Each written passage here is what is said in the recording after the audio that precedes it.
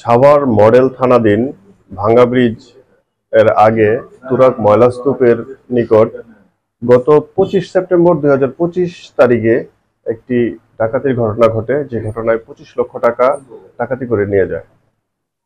উক্ত ঘটনায় সাভার মডেল থানায় একটি মামলা রুজু হয়। মামলা রুজুর প্রেক্ষিতে ঢাকা জেলার পুলিশ সুপার মহোদয়ের নির্দেশনায় ডিবি উত্তরের একটি টিম ছায়া তদন্ত শুরু করে। ছায়া তদন্তের এক পর্যায়ে তথ্য প্রযুক্তি এবং বিভিন্ন কলাকৌশল ও গোয়েন্দা তথ্যের ভিত্তিতে সাভার বাসস্ট্যান্ড এলাকায় ডাকাত দলের উপস্থিতি শনাক্ত করে ডিবি উত্তর।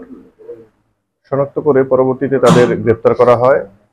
প্রাথমিক অবস্থায় একটি গাড়ি এবং 7 জন ডাকাত সহ র্যাবের কোটি, খেলনা পিস্তল, ওয়াকিটকি, হ্যান্ডকাপ সহ তাদের আটক করা হয়। পরবর্তীতে তাদের দেয়া তথ্য মতে আরো 2 জনকে ঢাকা মেট্রোপলিটন এরিয়া থেকে গ্রেপ্তার করা হয়।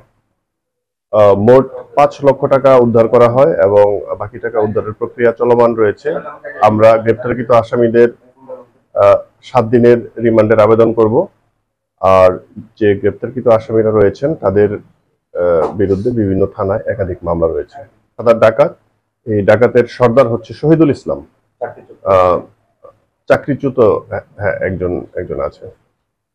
ধন্যবাদ।